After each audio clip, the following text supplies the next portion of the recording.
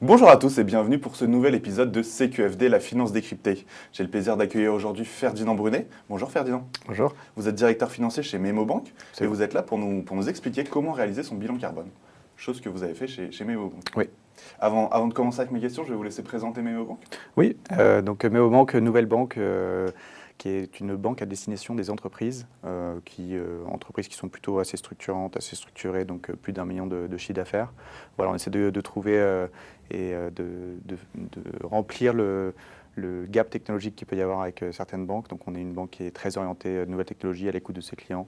On essaie de développer beaucoup de solutions pour nos clients, ce qu'ils veulent. Plutôt des flux, sinon on fait aussi du financement, des dépôts, des comptes à terme, de la carte, gestion de notes de frais. Voilà, on essaie de résoudre en tout cas des points de douleur que peuvent rencontrer les directeurs financiers.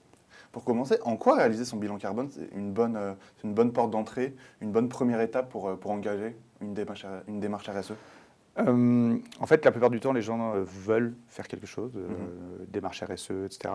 Mais en fait, on ne sait pas où on est. On ne maîtrise pas du tout où on est. Est-ce qu'on est une entreprise qui consomme, qui émet beaucoup de carbone ou pas du tout?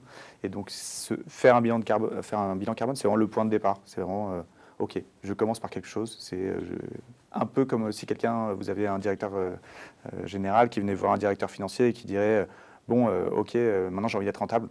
Bah ouais, mais je ne sais pas du tout. Si on n'a pas de bilan ou de compte de résultat, bah on ne sait pas du tout où on en est. Donc on est obligé de commencer par la base qui est, OK, on fait une situation. Je l'ai dit, c'est quelque chose que vous avez fait chez Memo Bank. Ouais. Par quelles étapes est-ce que vous êtes passé?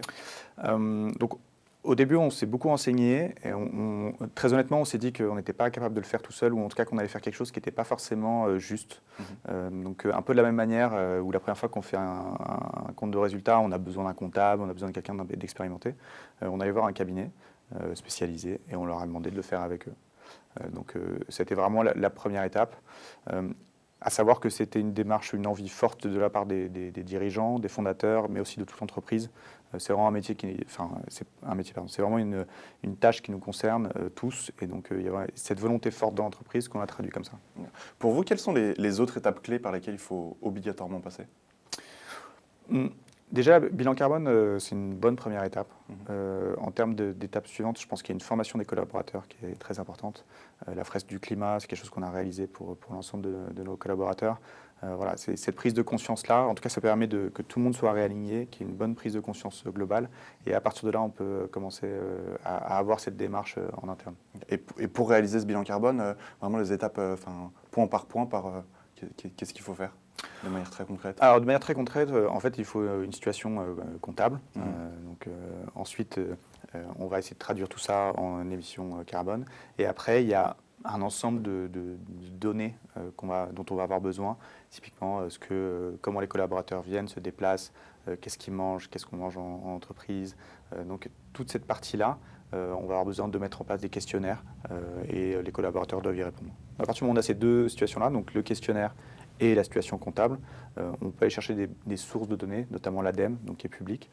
Et l'ADEME dit, bah voilà, en fonction de vos dépenses, vous allez avoir tant de pollution en face. Donc si on a ces trois éléments-là, ça permet de faire un bilan carbone rapidement. De quelle façon, en tant que DAF, vous avez contribué à la réalisation de ce bilan carbone? Je pense que vraiment le bilan carbone doit être fait au niveau de la finance. Ça ne doit pas être fait au niveau d'autres départements. Alors, il y a certains départements d'entreprises qui le font très bien, côté RH, RSE, et c'est vraiment super, et ça c'est génial.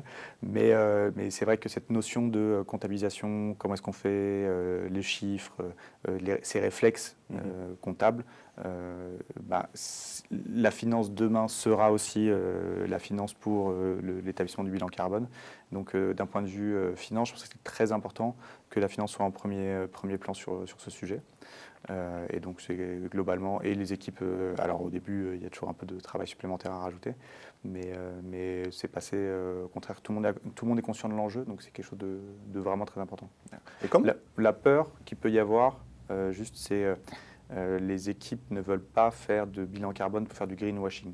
Bien sûr. Et ça, c'était vraiment très important, c'est que ce qu'on fait doit être transparent. Donc on a travaillé très proche avec la partie communication, mais plutôt pour qu'on ait quelqu'un qui nous aide à décrire les étapes sur lesquelles ce qu'on a fait, pour pouvoir expliquer en fait vraiment qu'il y ait une transparence par rapport à notre bilan, parce que c'est pas parfait du premier coup, parce qu'on fait des choses où parfois on doit faire des choix, donc il faut qu'on les explique.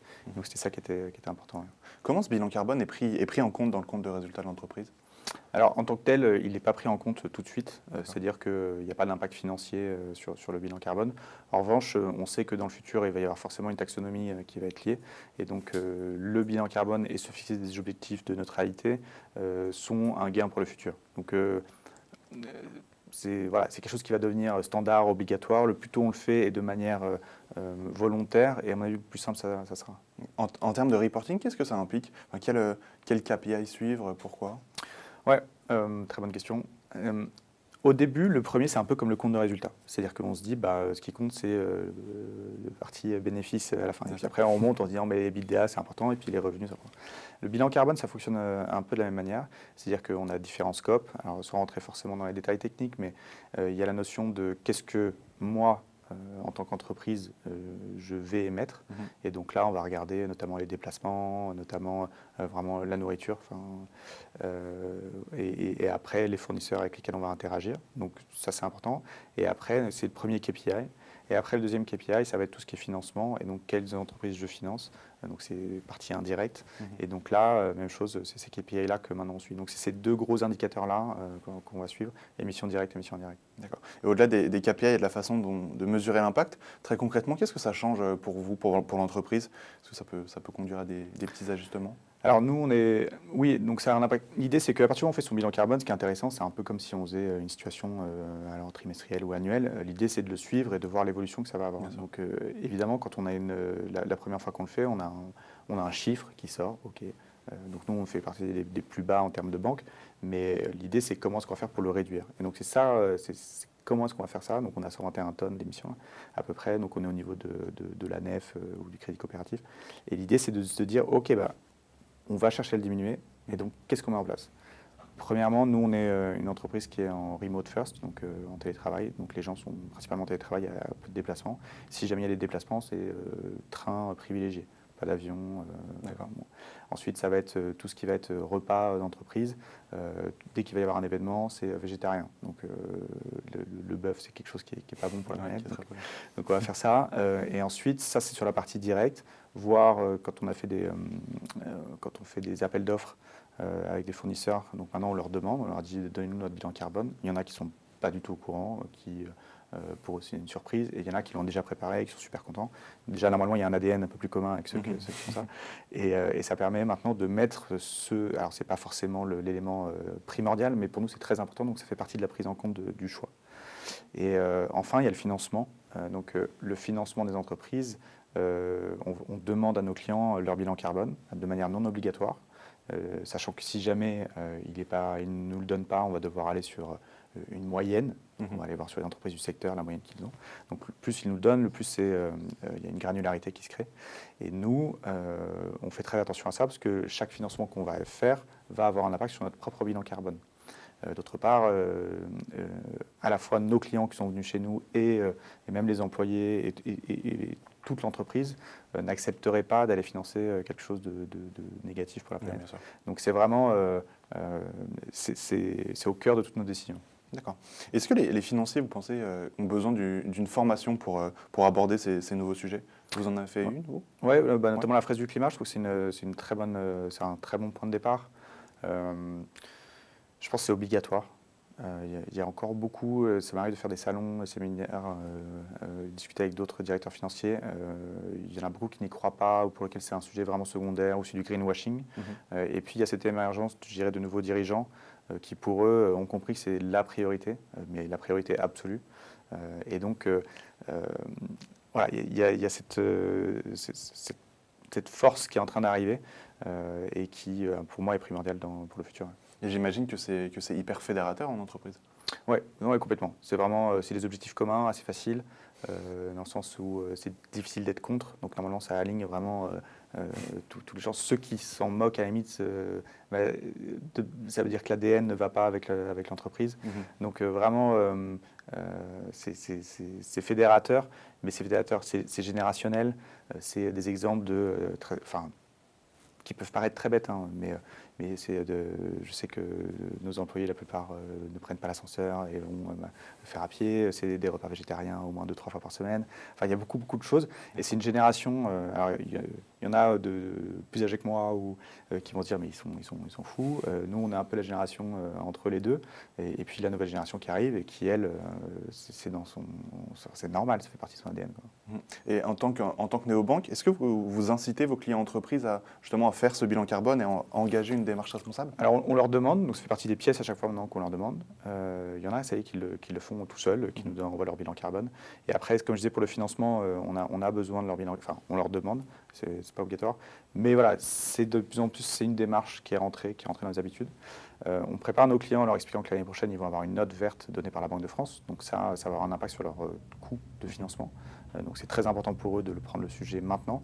Parce qu'encore une fois, s'ils ne le font pas eux-mêmes, ils vont avoir une moyenne qui va être donnée par la Banque de France qui sera peut-être complètement fausse. Entre deux entreprises qui vont faire, j'en sais rien, qui vont créer des chaises, vous allez avoir une qui va se sourcer en bois, qui va avoir une forêt, enfin qui va replanter, etc. Donc qui va avoir un bilan carbone qui est très bon, et une autre qui va se sourcer en Chine et faire livrer par avion. Et donc demain, avec cette notation, ils vont avoir la même note, sauf s'ils font un bilan carbone. Donc c'est très important pour ceux qui sont sensibles d'avoir cette note-là. Et la taxonomie, l'Europe va mettre en place des taxes qui vont faire que les entreprises qui polluent vont devoir payer. Et donc, si jamais ce n'est pas pris en compte dans le business model, ces entreprises-là sont vouées à mourir. Donc, grosso modo, c'est un sujet qui est extrêmement important pour avoir accès au financement. Et du coup, quel serait votre conseil ou vos conseils pratiques pour les directeurs financiers qui nous écoutent et qui voudraient se lancer là-dedans? Un, ils peuvent me contacter, pas de problème. Mais deux, clairement, je pense se faire accompagner sur le premier. Il y a des très bons, enfin il y en a qui sont très connus, mais des cabinets de consulting, ça coûte pas très cher. L'ADEME, il y a des subventions publiques pour le faire, donc ça peut être gratuit dans certains cas. Et ça permet de savoir où on en est et de comprendre en fait quels sont les curseurs et quels sont les gros impacts qui peuvent avoir un impact sur son modèle. Mais c'est hyper important de prendre le sujet maintenant. Ouais. Très bien. Merci beaucoup Ferdinand. Merci à vous. D'être venu nous partager vos bonnes pratiques autour de ce bilan carbone. Merci à vous de nous avoir regardés. Cette vidéo marquait la fin de cette première saison de vidéos sur DAF TV. Merci de nous avoir suivis. On vous souhaite un très bel été et à bientôt pour de nouvelles vidéos.